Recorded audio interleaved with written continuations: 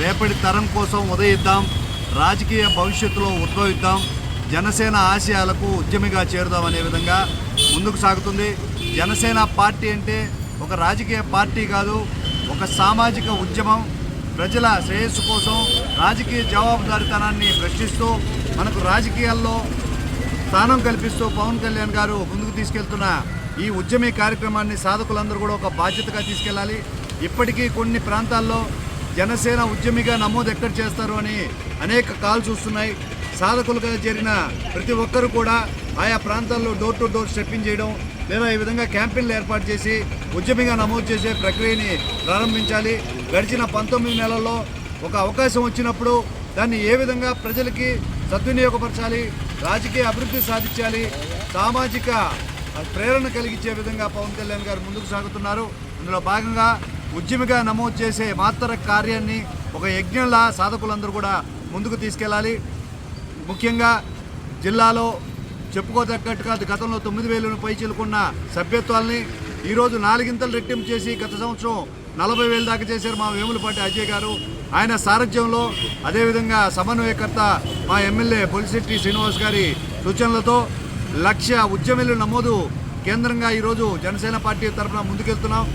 1,00,000 ఉద్యమిల నమోదు కేంద్రంగా 10వ తేదీ చివరి తేదీగా నమోదు కావాల్సి ఉంది.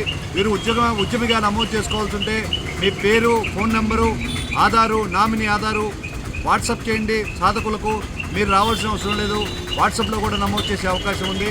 వెంటనే ఈ జనజీవన ఉద్యమీలు మీరు కూడా సభ్యులుగా చేరండి అని కోరుకుంటున్నాను. ఎవరు చేయని విధంగా మా డిప్యూటీ సీఎం పవన్ కళ్యాణ్ గారు ప్రతి ఒక్క కార్యకర్త వాళ్ళ తగ్గట్టుగా ఏదైనా చేయగల సమర్థుడు డిప్యూటీ సీఎం పవన్ కళ్యాణ్ గారు. ఈరోజు బీమా పథకాన్ని ప్రవేశపెట్టింది. భారతదేశంలో ఎవరు పెట్టని విధంగా ఈరోజు 5 లక్షల బీమా పథకాన్ని ప్రవేశపెట్టారు. ప్రతి కార్యకర్తకు కూడా ఒక భరోసా, ఇది నేనున్నాను. ఒక పార్టీ కుటుంబానికి, ప్రతి ఒక్క కుటుంబానికి కూడా డిప్యూటీ సీఎం పవన్ కళ్యాణ్ గారు భరోసా ఇస్తున్నారు.